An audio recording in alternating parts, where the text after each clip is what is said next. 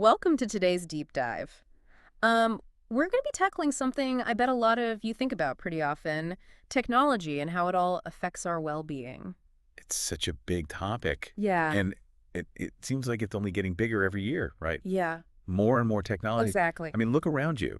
Yeah, and you sent us some great sources about digital minimalism this time, including Cal Newport's work. Oh, yeah, great stuff. Yeah, so let's just kind of dive into all these ideas and see if we can tease out some of the nuggets of wisdom that might actually help you navigate this whole digital world in a way that feels right for you. Yeah, I think that's really the key, right?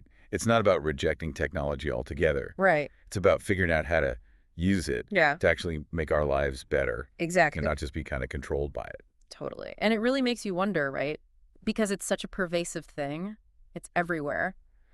One of the things that struck me from the research was this story about Andrew Sullivan. Oh, Do yeah. you remember him? He was a blogger. Yeah. Well-known blogger. Absolutely. And he wrote this essay that Cal Newport talks about called I Used to Be a Human Being. Oh, wow. Yeah. And he basically had a breakdown because there was so much information coming at him Right. all the time. And I mean, that's pretty scary. It is scary. It is. And what's maybe even more scary is that Sullivan's experience isn't unique. Right. A lot of people feel that same way. They Yeah. feel exhausted, they feel overwhelmed, and not necessarily by any one app, Yeah. but just the cumulative effect of being constantly connected. It's like this background hum I of do. digital noise all the time. Yes, You know? absolutely. And I think that's where Newport's work is so valuable Yeah. because he helps us to see that this isn't just something that's happening to us. Yeah. It's actually being designed All right. to happen to us. Exactly. And he quotes Tristan Harris, the Yeah. former Google design ethicist. Yes. And Harris actually called the tech industry tobacco farmers in T-shirts, Wow, yeah. selling addictive products. That's a powerful image. It is a powerful image. Yeah. And I think it really gets to the heart of the problem. Right. These technologies are often designed to exploit our psychological vulnerabilities. Right. Things like our need for connection, Yeah. our desire for approval. Yeah. And the FOMO, the fear of missing out. Oh, absolutely. Yeah. And the more time we spend on these platforms, the Yeah. more money they make, Right. regardless of the impact on our well-being. So you're saying it's almost like we're being played. In a way, yes. No, We're wait. being manipulated. Wow. And this isn't just some conspiracy theory. No, not at all. I mean, Newport cites actual research from Dr. Adam Alter, Oh, right. Alter? Yeah. who wrote that book, Irresistible. Yeah, all about addiction. Exactly. And the thing is, Alter was surprised to find himself checking his phone something like 40 times a day, Oh, wow. even though he thought it was only 10. Right. And that's where this idea of intermittent positive reinforcement comes in. Okay, so what is that? So it's basically this psychological principle where unpredictable rewards are more addictive. Think of it like a slot machine. Okay. You never know when you're going to win. So you keep pulling that lever, Right. and social media uses the same tactic. Hmm. Those likes and notifications, they trigger dopamine releases in our brains. Oh, so it's like a little reward? It is. It's a little hit of pleasure that keeps us coming back for more. And that's how they get you hooked. Exactly. Hooked on the anticipation Yeah. of that next reward. And speaking of hooked, this is where it gets even a little bit more, I guess, unsettling. Oh, yeah. Because Cal Newport quotes Sean Parker. Right. One of the founders of Facebook. Exactly. And Parker actually admitted that they intentionally designed these apps to consume as much of our time and attention. Time and attention. That's the currency of the digital age. It's a little creepy when you think about it like that. It is. And when you connect this to our evolutionary past, Yeah. it makes even more sense. How so? Our brains haven't really evolved to differentiate between a text message Okay. and a face-to-face interaction. So we're treating these digital interactions as if they were real-life connections. Exactly. Even though they often lack the depth and the nuance Right. of real human interaction. So are we essentially being programmed to be addicted to these technologies? That's the question, isn't it? Are we losing control of our own attention? It's kind of a scary thought. It is. And it's something we need to be aware of Yeah, absolutely. if we want to use these technologies in a way that actually benefits us. Okay, so now we're getting to the heart of it. Exactly. So how do we take back control? What are some of the solutions? And that's what we're going to be talking about after the break. That's where digital minimalism comes in. All right, stay tuned. It's not about like throwing our phones away, Yeah. It's about being more mindful and intentional. Yeah, so tell me more about this digital minimalism solution that Newport talks about. How do we actually do that? Well, so digital minimalism is all about intentionality. Okay. right? It's not about becoming a Luddite Right. and like Oh. rejecting technology altogether. Yeah. It's about being really thoughtful about how and why we use it Right. and making sure that it's serving us Yeah. and not the other way around. I like that. And Newport has these 3 core principles Okay. that he lays out. The first one is to focus on a small number of carefully selected activities that really support things you value. Oh, so it's like spring cleaning your digital life. Exactly. Yeah. It's about decluttering Yeah. and getting rid of all the stuff that's not really serving you. Okay, so what's the second principle? The second principle is to optimize your use of the technologies that you do choose to keep. Okay. So it's not an all or nothing approach. Right. It's about using these tools in a way that aligns with your values and your goals. I see. So for example, maybe you decide to keep social media, Okay. but you're only going to use it to connect with your local hiking group Yeah. instead of just mindlessly scrolling through your feed. So it's about being more intentional with how you're using it. I think a lot of times, I was thinking about this the other day, how you kind of feel this pressure sometimes to respond to messages right away, Oh, yeah. even if you're in the middle of something else. It's like this constant interruption, It is. and it can be so distracting. And I've actually started setting aside specific times to check messages and emails. Oh, that's smart. And it's really freed up a lot of mental space for me. Yeah, that's a great example of optimizing Yeah. your use of technology. Yeah. You're still using it, Right. but you're doing it on your own terms Exactly. and in a way that doesn't completely disrupt your life. So what about the third principle?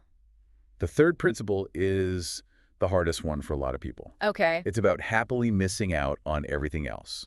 So that FOMO thing again? Yeah, exactly. Yeah. It's about recognizing that we don't have to be constantly plugged in Right. to live a fulfilling life. And I think that's the message that gets lost a lot. It does. And it's really about prioritizing our time and attention, Yeah. which are our most valuable resources. Exactly. And Cal Newport shares these really compelling stories Oh, of yeah. people who actually embraced this digital minimalism. Yeah. And one that comes to mind is Tyler, Okay. who actually quit social media Wow. and then rediscovered his love for playing the ukulele Oh, how cool. and spending quality time with his family. It's amazing how much we can discover Yeah, when we disconnect from the digital world. absolutely. And it's so easy to get sucked into that vortex of social media. Oh, yeah, it's a black hole. And then you look up and hours have gone by. No, I've been there. We've all been there. It's like this endless loop of scrolling and scrolling. Yeah. And there's another story of Adam who ditched his smartphone Oh, wow. altogether Wow. to set a better example for his kids. That's powerful. I It's a know. real commitment to digital minimalism. And I think, as parents, we have this responsibility to model healthy habits Absolutely. for our children. Our kids are watching us, and they're learning from our behavior. Exactly. Yeah. So how do we even begin to implement these principles? It seems kind of overwhelming when you first think about it. Right. And that's where Newport's 30-day digital declutter challenge comes in. Okay. It sounds daunting, Yeah. but it's actually a really practical process. Okay, so break it down for me. Sure. The first step is to identify all the optional technologies in your life. Okay. So this could be things like social media, streaming services, news websites, video games, even email if you can manage it. So basically anything that's not absolutely essential Exactly. for work or daily life. Right. Okay, so make a list. Make a list. Check it twice. Exactly. What makes next? And then step 2 is the big one. You take a 30-day break from all those optional technologies. Oh, wow. Cold turkey. Cold turkey. It's tough, but it's worth it Yeah. because it gives you a chance to reset your relationship with those technologies I see. and to really see how much you actually need them. Right. You might find that you don't miss them as much as you thought you would. Exactly. And that's often the case. So then what? Okay, so after 30 days, you move on to step 3, which is the reintroduction phase. Okay. And this is where the real work of digital minimalism begins. Oh, so. You start reintroducing technologies one by one, Okay. but only if they pass a strict test. Okay, what kind of test? You ask yourself, does this technology support something I deeply value? Okay. And if so, how can I use it in a way that maximizes its benefits and minimizes its harms? So, for example, if I really value staying informed about current events, Right. maybe instead of constantly checking social media for news snippets, Yeah. I could set aside time to read a high-quality news website once a day. Exactly. That's a great example of Right. being intentional with your technology use. So it's about finding that balance. It is. Yeah. It's about using technology to enhance our lives, Yeah. not to control them. And Newport shares these inspiring examples Oh, he does. of people who have successfully decluttered their digital lives. Yeah. And one that sticks out to me is Rommel, who decided that he was only going to stream media with other people Oh, interesting. to avoid that social isolation trap. Oh, that's smart. That's a really good idea. It's using technology to connect Right. instead of disconnect, Exactly. which is really what it should be about. I know. It makes you wonder if maybe we've been approaching this all wrong. Right, maybe we've been too focused on the technology itself Yeah. and not enough on how we're using it Right. and how it's affecting our lives. Okay, so this has been a really eye-opening conversation so far It has. about, the downsides of the digital age and all that.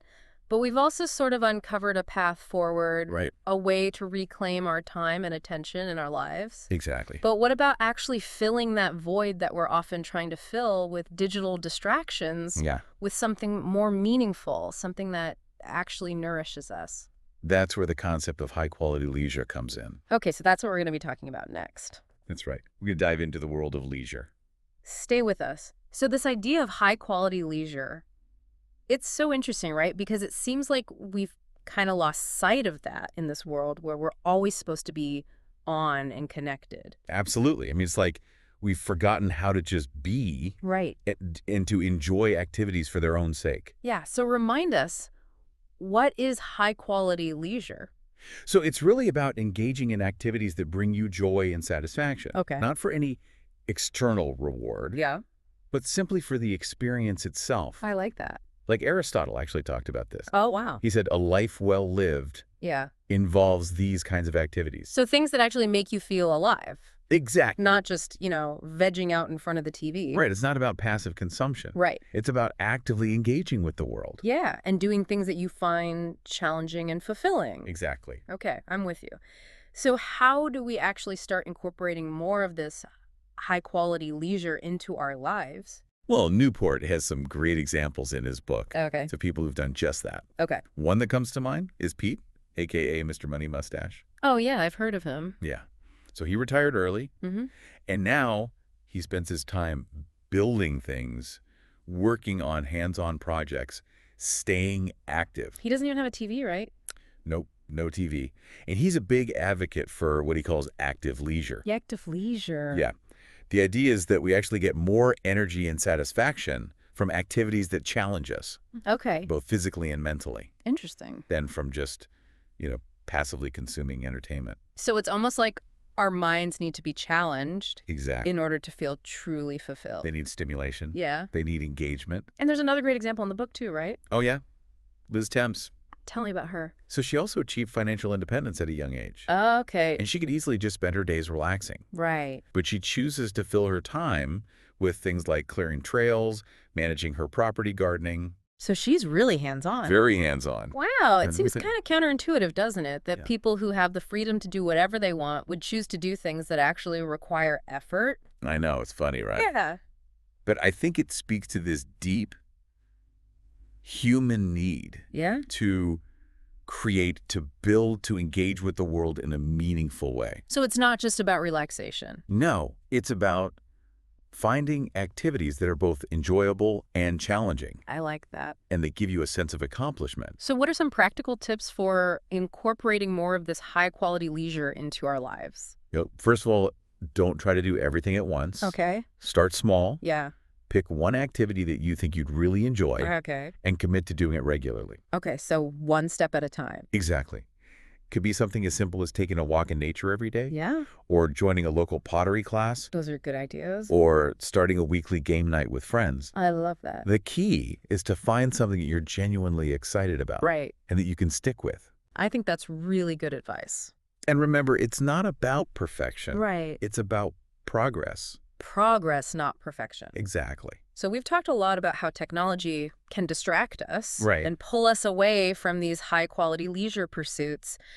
But can technology also be used in a way that actually supports these activities? Absolutely. I mean, think about all the online resources that are available for learning new skills, connecting with like-minded people, finding inspiration. That's true. You can use YouTube to learn how to play an instrument, fix a leaky faucet, Right. build a bookshelf. I love YouTube for that kind of stuff. It's amazing. There are so many tutorials, Yeah. And then there are apps like Meetup Yeah. that can help you find local groups that share your interests. So technology can actually be a tool It can. for connecting with other people and finding Precisely. those high-quality leisure activities. Exactly. Wow, this has been a really fascinating deep dive. It is. We've covered a lot of ground Yep. and explored some pretty deep ideas about technology and well-being. But I think the takeaway here is that Yeah, we have a choice. we do. We can let technology control us, Right. or we can use it as a tool Yeah. to create a life that is richer, more meaningful. Yeah, more human. Exactly. So thank you so much for joining us on this journey. Yeah, it's been a pleasure. And we hope you found some valuable insights along the way. We hope it's inspired you Yeah. to think differently about your relationship with technology. And to create a life that is truly fulfilling. Absolutely. Thanks for listening.